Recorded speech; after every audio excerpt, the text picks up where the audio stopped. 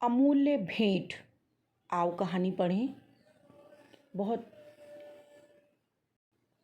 बहुत ही रोचक कहानी। आओ कहानी पढ़ें। लखीमपुर गांव में रामदास नाम का एक दरिद्र ब्राह्मण रहता था। दरिद्र गरीब ब्राह्मण रहता था। वह बड़े कष्ट में जीवन व्यतीत कर रहा था। एक बार गांव में एक साधु पुरुष कुछ दिन के लिए पधारे। वह शाम के समय कुटिया से बाहर प्रवचन करते। कुटिया एक ऐसी झोपड़ी जिसमें साधु संत रहते हैं, उसे कुटिया कहते हैं। कथा वाचन के दौरान उन्होंने गांव से 20 कोस दूर स्थित एक मंदिर का उल्लेख किया। कथा वाचन यानी कि कहानी कहते समय उल्लेख किया, उसका वर्णन किया और बताया कि मंदिर के देवता बड़े जागृत हैं। जागृत यानी वो सब चीज़ जागते हैं, हर चीज़ को जानते हैं, सुनते हैं, समझते हैं और सबकी मनोकामना पूरी करते हैं।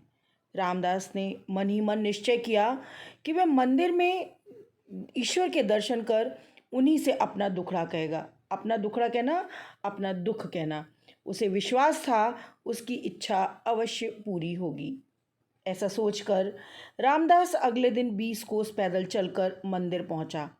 मंदिर में काफ़ी भीड़ थी। रामदास ने सोचा, मैं एकांत में ईश्वर के दर्शन करूंगा और अपने मन की बात कहूंगा। एकांत में, अकेले में वह प्रतीक्षा करने लगा। मंदिर में जब लोगों का आना जाना बंद हो गया तो काफ़ी अंधेरा हो चुका था। मंदिर के द्वार से दिए का हल्का सा प्रकाश बाहर आ रहा था। रामदास ने द्वार में जैसे ही प्रवेश करना चाहा, एक दिव्य पुरुष ने उसका मार्ग रोक लिया। कहाँ जा रहे हो रामदास? ईश्वर के दर्शन करने। ईश्वर को भेंट देने के लिए क्या कुछ लाए हो? आप ही कहिए कि ईश्वर को क्या भेंट दूं? संसार की सबसे मूल्यवान वस्तु भेंट करके ही तुम ईश्वर के दर्शन कर सकोगे, दिव्य पुरुष ने कहा। वह कहता है कि तुम ईश्वर के लिए भेंट में क्या लेकर आए हो, ऐसा पूछ रहा है। रामदास सोच में पड़ गया। संसार की सबसे मूल्यवान वस्तु क्या हो सकती है? बहुत विचार करने के बाद, यानी बहुत सोचने के बाद उसे लगा कि सम्राट के रत्न जड़ित मुकुट से मूल्यवान संसार में कुछ नहीं हो सकता। उसने बहुत उपाय करे। उसने किसी तरह सम्राट का मुकुट चोरी कर लिया और उसे लेकर मंदिर जा पहुंचा। इस बार फिर देव पुरुष ने उसका मार्ग रोका। ले आए भगवान के लिए भेंट? हाँ, रामदास ने कहा, मैं सम्राट का ये वेश कीमती मुकुट प्रभु को भेंट करूंगा। रामदास, तुम मूर्ख हो। प्रभु तो तीनों लोकों के स्वामी हैं, उनके लिए इस भेंट का कोई मूल्य नहीं। तुम ये तुच्छ भेंट देकर ईश्वर के दर्शन नहीं कर सकते। तुच्छ भेंट, छोटी भेंट। रामदास उल्टे पांव लौटा। उल्टे पांव लौटना वापस हो गया। धन से मूल्यवान और क्या हो सकता है? हाँ, शक्ति, अधिकार, और अधिकार का प्रतीक है तलवार। क्यों ना ईश्वर को वही भेंट करूं? ऐसा सोचकर रामदास ने सबसे शक्तिशाली योद्धा की तलवार चुरा ली और उसे लेकर मंदिर पहुंचा। फिर दिव्य पुरुष ने उसका मार्ग रोका। इस बार कौन सी अमूल्य भेंट लाए हो रामदास? मैं अधिकार की प्रतीक ये तलवार ईश्वर को भेंट करूंगा। इस तलवार की शक्ति के आगे दुनिया झुकती है। इसकी शक्ति को सभी मानते हैं। पगले, ईश्वर तो स्वयं सर्वशक्तिमान है। इसके समक्ष मनुष्य की बनाई इस तलवार का क्या मूल्य? ये साधारण सी भेंट लेकर ईश्वर से मिलोगे? रामदास फिर लौट पड़ा। उसने बहुत सोचा। यही सूझा कि धन और ताकत के अतिरिक्त विद्या ही अनमोल है। उसने एक प्रकांड विद्वान पंडित के शास्त्र चुराए और उन्हें लेकर मंदिर पहुंच गया। दिव्य पुरुष के पूछने पर कि इस बार वह भेंट में क्या लाया है, रामदास ने कहा, मैं संसार की सबसे मूल्यवान वस्तु ज्ञान और विद्या की सौगात लाया हूँ। अब तो मैं ईश्वर के दर्शन कर सकता हूँ। दिव्य पुरुष हंसा और बोला, रे अज्ञानी, ईश्वर तो सर्वज्ञ है। सर्वज्ञ, सब कुछ जानने वाला। उससे बड़ा ज्ञानी भला और कौन है? उसके लिए ज्ञान की भेंट लाए हो। जाओ, सबसे मूल्यवान वस्तु लेकर आओ। रामदास निराश होकर लौट आया उसे कुछ सूझ नहीं रहा था, समझ नहीं आ रहा था। आखिर उसने खाली हाथ ही ईश्वर के दर्शन करने की ठान ली। अगले दिन वह फिर मंदिर की ओर चल पड़ा। रास्ते में उसे किसी के करहाने का स्वर सुनाई दिया। उसने देखा कि पेड़ के नीचे एक कोढ़ी दर्द से तड़प रहा है। उसके घावों पर मक्खियाँ भिनभिना रही थीं। वह भूखा भी लगता था। उसकी दशा देखकर रामदास को बड़ी दया आई। उसकी आंखें भर आईं। उसके निकट जाकर उसने सांत्वना देते हुए रामदास से बोला, भाई दुखी मत हो, मैं एक दीनहीन प्राणी हूँ। मैं ईश्वर के दर्शन करने मंदिर जा रहा हूँ। वहाँ मैं तुम्हारे लिए भी प्रार्थना करूँगा। तुम चिंता मत करो, मैं प्रयत्न करके तुम्हारे खाने के लिए भी कुछ ले आऊँगा। रामदास का निश्चय और भी दृढ़ हो गया। आज ईश्वर के दर्शन अवश्य करूँगा, कोई रोके तो भी ना रुकूंगा। अब उसके मन में दूसरे के लिए कार्य करने की भावना पैदा हो गई, इसलिए उसने कहा आज ईश्वर के दर्शन करके उस कोढ़ी के लिए, उस गरीब के लिए, उस निरीह प्राणी के लिए प्रार्थना करूँगा, तो आज मंदिर जरूर जाऊँगा। हमेशा की तरह मंदिर के दरवाजे पर दिव्य पुरुष खड़ा था, किंतु रामदास के आश्चर्य का ठिकाना न रहा जब उसने स्वयं आगे बढ़कर रामदास का स्वागत किया।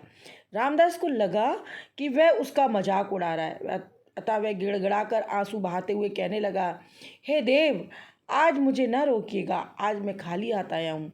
श्रद्धा के आंसुओं के अलावा मेरे पास कुछ नहीं है, पर मैं प्रभु के दर्शन किए बिना न जाऊँगा। दिव्य पुरुष बोला, आपको किसने रोका है?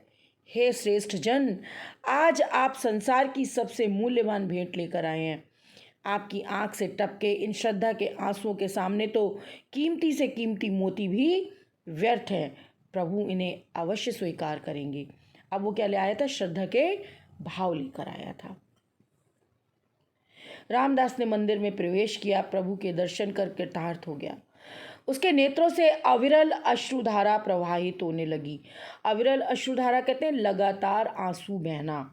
उसकी सारी पीड़ा, सारे दुख जाते रहे। वह हाथ जोड़कर विनती करने लगा, हे प्रभु, आप अंतर्यामी हो, सर्वशक्तिमान, सर्वज्ञ हो।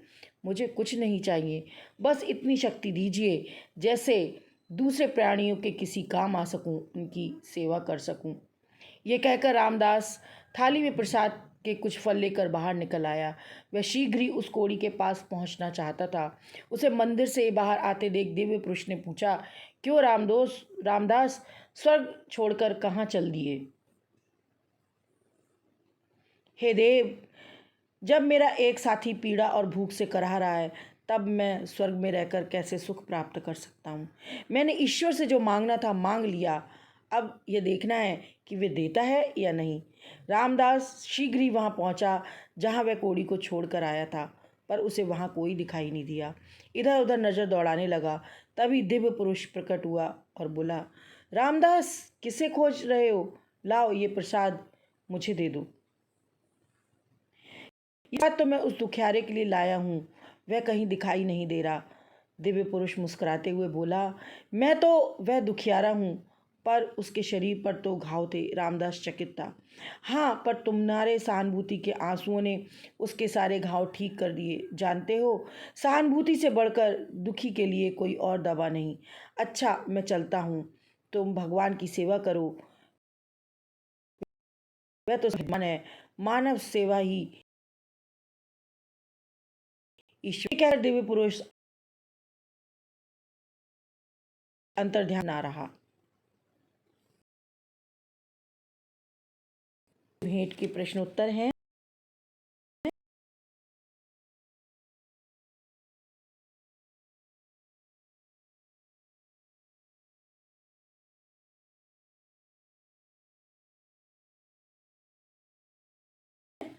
उसे विश्वास था कि उसकी इच्छा अवश्य पूरी होगी।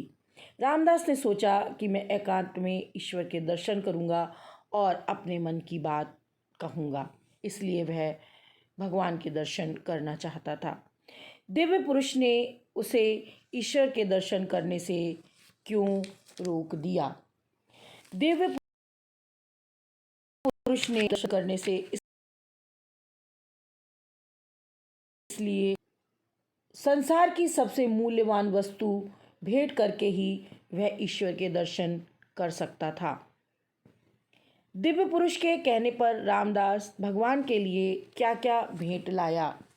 दिव्य पुरुष के कहने पर रामदास भगवान के लिए सम्राट का रत्न जड़ित मुकुट,